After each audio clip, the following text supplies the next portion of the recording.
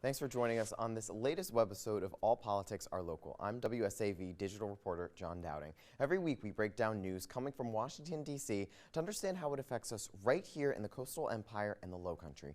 Let's get started. The first Democratic presidential contests begin tonight. The Iowa caucuses start this evening, and as many Democratic candidates have delivered a few last-minute stump speeches. Winning Iowa out of the gate is seen as giving a candidate momentum ahead of other big primary states. And with just a month to go before the South Carolina primaries, another big primary state, some Democratic hopefuls are meeting with members of the Latino community. For the first time, Latinos represent the largest minority voting bloc in the country. Statewide, roughly 40% of the Hispanic or Latino population are eligible to vote, and about 76% of the total population in Beaufort County can vote. That's of the Latino population. The growing influence of this electorate has begun to shift the priorities of the candidates who come to meet them. Inherently, we're going to see a huge voter turnout that's evolving and emerging with that growth. And it's really exciting because it brings a whole new dynamic to the state of South Carolina and to the South. Joining us live from Washington, D.C. to discuss the first round of primaries and caucuses is WSAV Washington Bureau Correspondent Kellie Meyer. Thanks for joining us this morning, Kellie. Thanks for having me. Of course. All right. So where else have you seen candidates across the country focusing in on this now largest minority electorate? Yeah, like you just mentioned there, according to Pew Research, 2020 will be the first U.S. election in which Hispanics make up the largest racial or ethnic minority in the electorate. And like you said, candidates are starting to touch on this in the states that they travel to, pretty much all across the country, finding voters out there that they can connect with on this. And it's interesting, we're seeing that in campaigns for Biden, for Sanders, Warren, Buttigieg as they go around.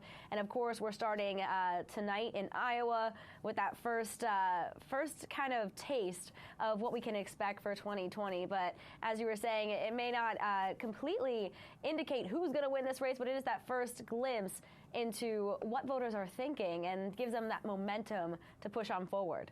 Well, speaking of, that momentum and that push and seeing the first kind of signs of, what we can expect from at least the Democratic side in 2020, who's been putting in a lot of work recently in Iowa? Like I mentioned, we have Biden, Sanders, Warren, Buttigieg, Klobuchar, all of those candidates really putting some work in the ground game there. We're not seeing so much from Bloomberg. I'm even hearing now today that Senator Bennett's going to move on to, I believe, New Hampshire, rather than even being in Iowa, I think, tonight for those caucuses. So it's interesting. They're kind of just looking at the next step. Okay, where can they go to next, the next primary?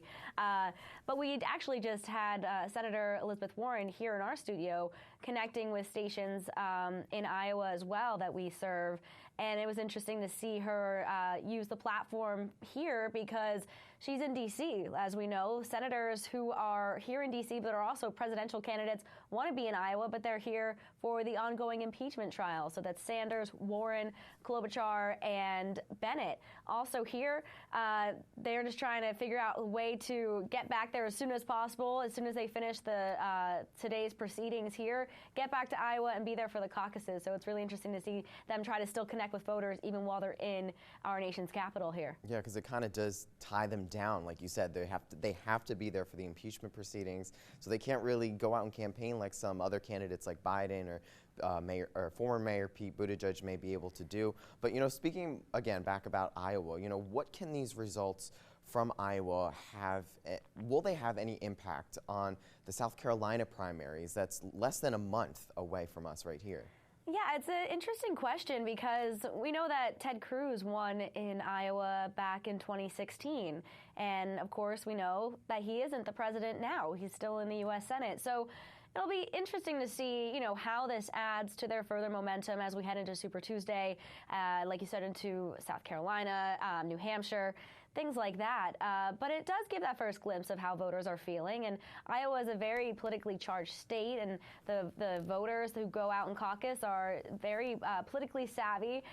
So it's interesting to see who wins there tonight. It'll definitely be, you know, a notch on the belt there for one of those candidates, but it certainly isn't the end of the game for others. Yeah, well, definitely a lot to look forward to and a lot to keep an eye out for tonight, especially as the results start coming in from Iowa. I think they said it's 7 p.m. local time and around 8 p.m. our time right here on the East Coast. So got to keep an eye out for all of that. But, you know, shifting gears now, another big headline this week coming out of D.C. is how the president is going to directly address the nation as he delivers his annual State of the Union address. So, Kelly, what are people expecting the president to discuss in his last address of his first term?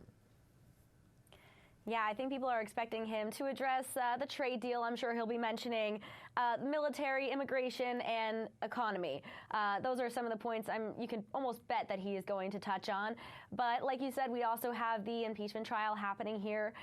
He may touch on the fact that it's not going through. Basically, the vote the next day after his State of the Union address will most likely be to acquit him. So that will be coming up. So he may touch on that a little bit. It's an interesting time for a president to be here during his own impeachment trial. But as he knows the outcome of it, he may go in there with a bit more confidence than prior. I mean, there's definitely a lot to keep an eye out on, you know, as we get in there. So, you know, like you said, with obviously he's in the middle of an impeachment trial right now in the Senate. So, how does that restrict what he may be able to say or what he should say during his address? Well, we know the president doesn't always stick to his script. He may have his speech going in there and stick to the teleprompter, but he also does go off the cuff, and he may likely, you know, maybe send some jabs in there to Democrats, or, you know, I would almost expect him to come out and maybe say something about it, because he, you know, he's been very vocal throughout this process of the impeachment on how he's feeling, of course, on Twitter.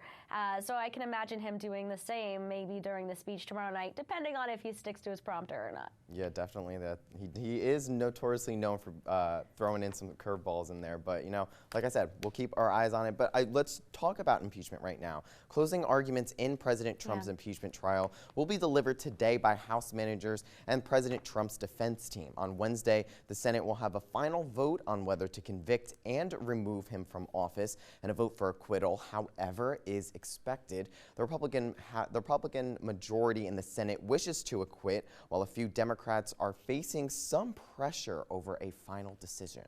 The one I'm watching, frankly, is Doug Jones. He's on the ballot. You know, he has a small chance for re-election in Alabama, and probably not a large chance, but whatever number that is drops to 0 or less than 0 if he votes to convict the president. And you've been reporting on impeachment throughout the entire trial, Kelly. You've been in the room listening and talking to senators from our area and all over the country. So honestly, the biggest question that we have for you, at least here, is what are the Democrats' next steps if impeachment fails? You know, they went through the whole different proceedings in the House. They brought it to the Senate, and it's not really expected to pass, obviously. But there's still a vote that we have to wait for. So what are their next moves? Yeah.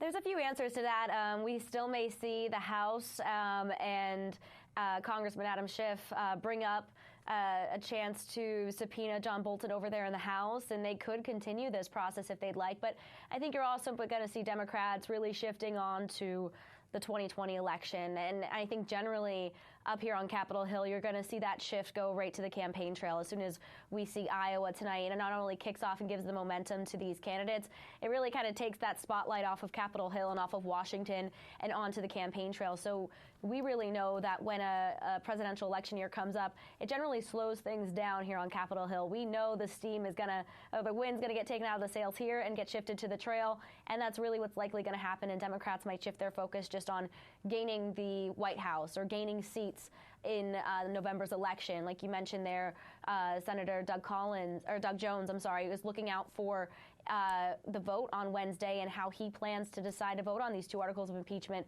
Will that impact him in the state? So we're looking at Democrats from states that President Trump won in 2016.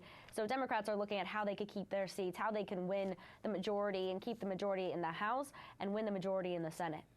Well, let's see. Impeachment, Iowa caucuses, the State of the Union. State of the Union. You definitely have a full block and a full week ahead of you for Kelly. So thank you so much. Oh, yeah, it's going to be a wild week. Thank you so much for sitting down and talking with us and helping us better understand all of this news coming from Capitol Hill. Of course. Thank you for having me. Of course. And you can see more of Kellie's stories on our website at wsav.com/Washington. News 3 is your local election headquarters, so make sure to stick with News 3 on air and online for the very latest. Thank you for watching. I'm John Dowding. We'll see you again next week on All Politics.